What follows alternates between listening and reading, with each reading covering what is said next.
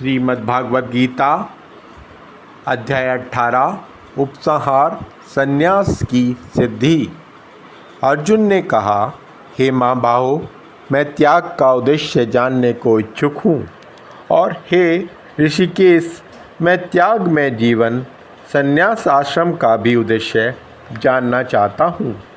भगवान ने कहा, भौतिक इच्छा पर आधारित कर्मों के परित्याग को विद्वान लोग संन्यास कहते हैं, और समस्त कर्मों के फल त्याग को बुद्धिमान लोग त्याग कहते हैं। कुछ विद्वान घोषित करते हैं कि समस्त प्रकार के सकाम कर्मों को दोषपूर्ण समझकर त्याग देना चाहिए, किंतु अन्य विद्वान मानते हैं कि यज्ञ, दान और तपस्या के कर्मों को कभी नहीं त्यागना चाहिए। हे भरत श्रेष्ठ, अब त्याग के विषय में मेरा निर्णय सुनो। हे नरशार्दूल, शास्त्रों में त्याग 3 प्रकार का बताया गया है। यज्ञ, दान तथा तपस्या के कर्मों का कभी परित्याग नहीं करना चाहिए, उन्हें अवश्य संपन्न करना चाहिए। निसंदेह यज्ञ, दान तथा तपस्या महात्माओं को भी शुद्ध बना देता है। इन सारे कार्यों को किसी प्रकार की आसक्ति या फल की आशा के बिना संपन्न करना चाहिए। हे प्रथापुत्र, इन्हें कर्तव्य मानकर संपन्न किया जाना चाहिए। यही मेरा अंतिम मत है। निर्दिष्ट कर्तव्यों को कभी नहीं त्यागना चाहिए। यदि कोई मोहवश अपने नियत कर्मों का परित्याग कर देता है तो ऐसे त्याग को तामसी कहा जाता है। जो व्यक्ति नियत कर्मों को कष्टप्रद समझकर या शारीरिक क्लेश के भाव से त्याग देता है, उसके लिए कहा जाता है कि उसने यह त्याग रजोगुण में किया है। ऐसा करने से कभी त्याग का उच्च फल प्राप्त नहीं होता है। हे अर्जुन, जब मनुष्य नियत कर्तव्य को करणीय मान कर करता है और समस्त भौतिक संगति तथा फल की आसक्ति को त्याग देता है तो उसका त्याग सात्विक कहलाता है। सत्वगुण में स्थित बुद्धिमानी त्यागी, जो ना तो अशुभ कर्म से घृणा करता है ना शुभ कर्म से लिप्त होता है, वह कर्म के विषय में कोई संशय नहीं रखता। निसंदेह किसी भी देहधारी प्राणी के लिए समस्त कर्मों का परित्याग कर पाना असंभव है, लेकिन जो कर्म फल का त्याग करता है वह वास्तव में त्यागी कहलाता है। जो त्यागी नहीं है उसके लिए इच्छित, अनिच्छित तथा मिश्रित ये 3 प्रकार के कर्मफल मृत्यु के बाद मिलते हैं, लेकिन जो सन्यासी है उन्हें ऐसे फल का सुख दुख नहीं भोगना पड़ता। हे महाभाव अर्जुन, वेदांत के अनुसार समस्त कर्म की पूर्ति के लिए 5 कारण हैं। अब तुम उन्हें मुझसे सुनो। कर्म का स्थान शरीर, कर्ता, विभिन्न इंद्रियां, अनेक प्रकार की चेष्टाएं तथा परमात्मा, ये 5 कर्म के कारण हैं। मनुष्य अपने शरीर, मन या वाणी से जो भी उचित या अनुचित कर्म करता है वह इन 5 कारणों के फलस्वरूप होता है। अतएव जो इन 5 कारणों को न मानकर अपने आप को ही एकमात्र कर्ता मानता है वह निश्चय ही बहुत बुद्धिमान नहीं होता और वस्तुओं को सही रूप में नहीं देख सकता। जो मिथ्या अहंकार से प्रेरित नहीं है, जिसकी बुद्धि बंधी नहीं है, वे इस संसार में मनुष्यों को मारता हुआ भी नहीं मरता, ना ही वह अपने कर्मों से बंधा होता है। ज्ञान, ज्ञेय तथा ज्ञाता, ये तीनों कर्म को प्रेरणा देने वाले कारण हैं। इंद्रियां, कर्म तथा कर्ता, ये 3 कर्म के संघटक हैं। प्रकृति के 3 गुणों के अनुसार ही ज्ञान, कर्म तथा कर्ता के 3 भेद हैं। अब तुम मुझसे इन्हें सुनो। जिस ज्ञान से अनंत रूपों में विभक्त सारे जीवों में एक ही अविभक्त आध्यात्मिक प्रकृति देखी जाती है, उसे ही तुम सात्विक जानो। जिस ज्ञान से कोई मनुष्य विभिन्न शरीरों में भिन्न भिन्न प्रकार का जीव को देखता है, उसे तुम राजसी जानो। और वह ज्ञान जिससे मनुष्य किसी एक प्रकार के कार्य को जो अति तुच्छ है और सब कुछ मानकर सत्य को जाने बिना उसमें लिप्त रहता है, तामसी कहा जाता है। जो कर्म नियमित है और जो आसक्ति, राग या देश से रहित कर्म फल की चाह के बिना किया जाता है, वह सात्विक कहलाता है। लेकिन जो कार्य अपनी इच्छा पूर्ति के निमित्त प्रयासपूर्वक एवं मिथ्या अहंकार के भाव से किया जाता है, वह रजोगुणी कहा जाता है। जो कर्म मोहबस शास्त्रीय आदेशों की अवहेलना करके तथा भावी बंधन की परवाह किए बिना या हिंसा अथवा अन्यों को दुख पहुँचाने के लिए किया जाता है, वह तामसी कहलाता है। जो व्यक्ति भौतिक गुणों के संसर्ग के बिना अहंकार रहित संकल्प तथा उत्साहपूर्वक अपना कर्म करता है और सफलता अथवा असफलता में अविचलित रहता है, वह सात्विक कर्ता कहलाता है। जो कर्ता कर्म तथा कर्म फल के प्रति आसक्त होकर फलों का भोग करना चाहता है और जो लोभी, सदैव ईर्ष्यालु, अपवित्र और सुख दुख से विचलित होने वाला है, वह राजसी कहलाता है। जो कर्ता सदा शास्त्रों के विरुद्ध होकर कार्य करता है, जो भौतिकवादी, हठी, कपटी तथा अन्यों का अपमान करने में पटु है तथा जो आलसी, सदैव खिन्न तथा काम करने में दीर्घ सूत्री है, वह तमोगुणी कहलाता है। हे धनंजय, अब मैं प्रकृति के तीनों गुणों के अनुसार तुम्हें विभिन्न प्रकार की बुद्धि तथा घृति के विषय में विस्तार से बताऊंगा, तुम इसे सुनो। हे प्रतापपुत्र, वह बुद्धि सतोगुणी है जिसके द्वारा मनुष्य यह जानता है कि क्या करणीय है और क्या नहीं है, किससे डरना चाहिए और किससे नहीं डरना चाहिए, क्या बांधने वाला है और क्या मुक्ति देने वाला है। हे प्रतापपुत्र, जो बुद्धि धर्म तथा अधर्म, करणीय तथा अकरणीय कर्म में भेद नहीं कर पाती, वह राजसी है। जो बुद्धि मोह तथा अंधकार के भवीभूत होकर अधर्म को धर्म और धर्म को अधर्म मानती है और सदैव विपरीत दिशा में प्रयत्न करती है, हे पार्थ, वह तामसी है। हे प्रतापपुत्र, जो अटूट है, जिसे योगाभ्यास द्वारा चल रहकर धारण किया जाता है और जो इस प्रकार मन, प्राण तथा इंद्रियों के कार्यकलापों को बस में रखती है, वह घृति सात्विक है।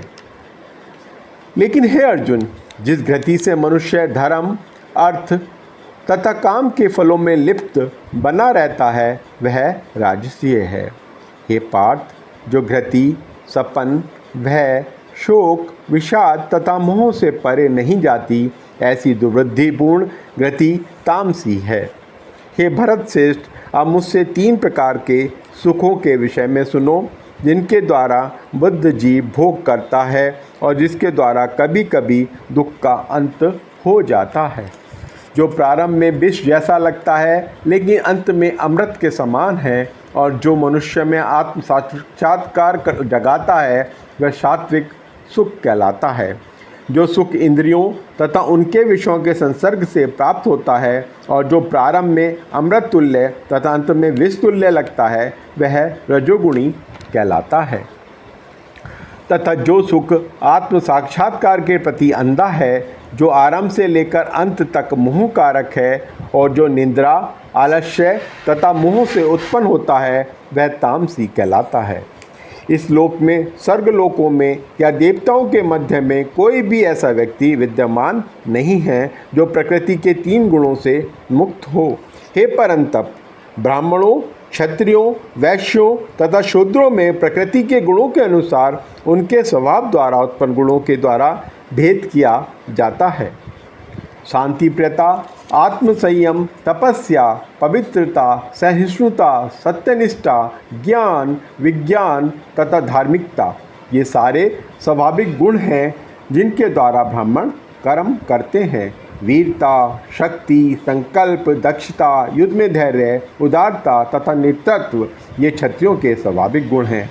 कृषि करना, गोरक्षा तथा व्यापार वैश्यों के स्वाभाविक कर्म हैं और शूद्रों का कर्म श्रम तथा अन्यों की सेवा करना है। अपने अपने कर्म के गुणों का पालन करते हुए प्रत्येक व्यक्ति सिद्ध हो सकता है। अब तुम मुझसे सुनो कि यह किस प्रकार किया जा सकता है। जो सभी प्राणियों का उद्गम है और सर्वव्यापी है, उस भगवान की उपासना करके मनुष्य अपने कर्म करते हुए पूर्णता प्राप्त कर सकता है। अपने वृत्तिपरक कार्य को करना, चाहे वह कितना ही त्रुटिपूर्ण ढंग से क्यों न किया जाए, अन्य किसी के कार्य को स्वीकार करने और अच्छी प्रकार करने की अपेक्षा अधिक श्रेष्ठ है। अपने स्वभाव के अनुसार निर्दिष्ट कर्म कभी भी पाप से प्रभावित नहीं होते। प्रत्येक उद्योग किसी न किसी दोष से आवृत होता है। जिस प्रकार अग्नि धुएं से आवृत रहती है, अतएव हे कुंती पुत्र, मनुष्य को चाहिए कि स्वभाव से उत्पन्न कर्म को, भले ही वह दोषपूर्ण क्यों न हो, कभी त्यागना नहीं चाहिए। जो आत्मसंयमी तथा अनासक्त है एवं जो समस्त भौतिक भोगों की परवाह नहीं करता, वह संन्यास के अभ्यास द्वारा कर्मफल से मुक्ति की सर्वोच्च सिद्ध अवस्था प्राप्त कर सकता है। हे कुंती पुत्र, जिस प्रकार इस सिद्धि को प्राप्त हुआ व्यक्ति परम सिद्धावस्था अर्थात ब्रह्म को, जो सर्वोच्च ज्ञान की अवस्था है, प्राप्त करता है, उसका मैं संक्षेप में तुमसे वर्णन करूँगा, उसे तुम जानो। अपनी बुद्धि से शुद्ध होकर तथा धैर्यपूर्वक मन को बस में करते हुए इंद्रिय तृप्ति के विषयों को त्याग कर, राग तथा देश से मुक्त होकर जो व्यक्ति एकांत स्थान में वास करता है, जो थोड़ा खाता है, जो अपने शरीर, मन तथा वाणी को बस में रखता है, जो सदैव समाधि में रहता है तथा पूर्णतया विरक्त, मिथ्या अहंकार, मिथ्या शक्ति, मिथ्या गर्व, काम, क्रोध तथा भौतिक वस्तुओं के संग्रह से मुक्त है, जो मिथ्या स्वामित्व की भावना से रहित तथा शांत है, वह निश्चय ही आत्म साक्षात्कार के पद को प्राप्त होता है। इस प्रकार जो दिव्य पद पर स्थित है, वह तुरंत पर ब्रह्म को अनुभव करता है, और जो पूर्णतया प्रसन्न हो जाता है, वह ना तो कभी शोक करता है, ना किसी वस्तु की कामना करता है, वह प्रत्येक जीव पर संभाव रखता है। उस अवस्था में वह मेरी शुद्ध भक्ति को प्राप्त करता है। केवल भक्ति से मुझ भगवान को यथारूप में जाना जा सकता है। जब मनुष्य ऐसी भक्ति से मेरे पूर्ण भावनामृत में होता है, तो वह वैकुंठ जगत में प्रवेश कर सकता है। मेरा शुद्ध भक्त मेरे संरक्षण में समस्त प्रकार के कार्यों में संलग्न रहकर भी मेरी कृपा से नित्य तथा विनाशी धाम को प्राप्त होता है। सारे कार्यों के लिए मुझ पर निर्भर रहो और मेरे संरक्षण में सदा कर्म करो। ऐसी भक्ति में मेरे प्रति पूर्णतया सचेत रहो। यदि तुम मुझसे भावना भावित होंगे, तो मेरी कृपा से तुम बद्ध जीवन के सारे अपरोधों को लांघ जाओगे। लेकिन यदि तुम मिथ्या अहंकारवश ऐसी चेतना में कर्म नहीं करोगे और मेरी बात नहीं सुनोगे, तो तुम विनष्ट हो जाओगे। यदि तुम मेरे निर्देशानुसार कर्म नहीं करते और युद्ध में प्रवृत्त नहीं होते हो, तो तुम कुमार्ग पर जाओगे। तुम्हें अपने स्वभाव बस युद्ध में लगना होगा। इस समय तुम मोहवश मेरे निर्देशानुसार कर्म करने से मना कर रहे हो। लेकिन हे कुंती पुत्र, तुम अपने ही स्वभाव से उत्पन्न कर्म द्वारा बाध्य होकर वही सब करोगे। हे अर्जुन, परमेश्वर प्रत्येक जीव के हृदय में स्थित है और भौतिक शक्ति से निर्मित यंत्र में सवार की भांति बैठे समस्त जीवों को अपनी माया से भरमा रहे हैं। हे भारत, सब प्रकार से उसी की शरण में जाओ। उसकी कृपा से तुम परम शांति को तथा परम नित्य धाम को प्राप्त करोगे। इस प्रकार मैंने तुम्हें गुह्यतर ज्ञान बतला दिया। इस पर पूरी तरह से मनन करो और तब जो चाहो सो करो, क्योंकि तुम मेरे अत्यंत प्रिय मित्र हो। अतएव मैं तुम्हें अपना परम आदेश, जो सर्वाधिक गुह्य ज्ञान है, बता रहा हूँ, इसे अपने हित के लिए सुनो। सदैव मेरा चिंतन करो, मेरे भक्त बनो, मेरी पूजा करो और मुझे नमस्कार करो। इस प्रकार तुम निश्चित रूप से मेरे पास आ जाओगे। मैं तुम्हें वचन देता हूँ, क्योंकि तुम मेरे परम प्रिय मित्र हो। समस्त प्रकार के धर्मों का परित्याग करो और मेरी शरण में आओ। मैं समस्त पापों से तुम्हारा उद्धार कर दूंगा। डरो मत। यह ज्ञान उनको कभी भी ना बताया जाए जो ना तो संयमी है, ना एकनिष्ठ, ना भक्ति में रत है, और ना ही उसे जो मुझसे द्वेष करता हो।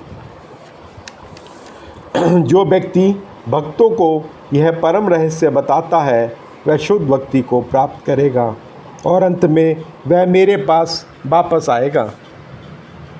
इस संसार में उसकी अपेक्षा कोई अन्य सेवक ना तो मुझे अधिक प्रिय है और ना ही कभी होगा। और मैं घोषित करता हूँ कि जो हमारे इस पवित्र संवाद का अध्ययन करता है, वह अपनी बुद्धि से मेरी पूजा करता है, और जो श्रद्धा समेत तथा देश रहित होकर इसे सुनता है, वह सारे पापों से मुक्त हो जाता है और उन शुभ लोकों को प्राप्त होता है जहाँ पुण्यात्माएं निवास करती हैं।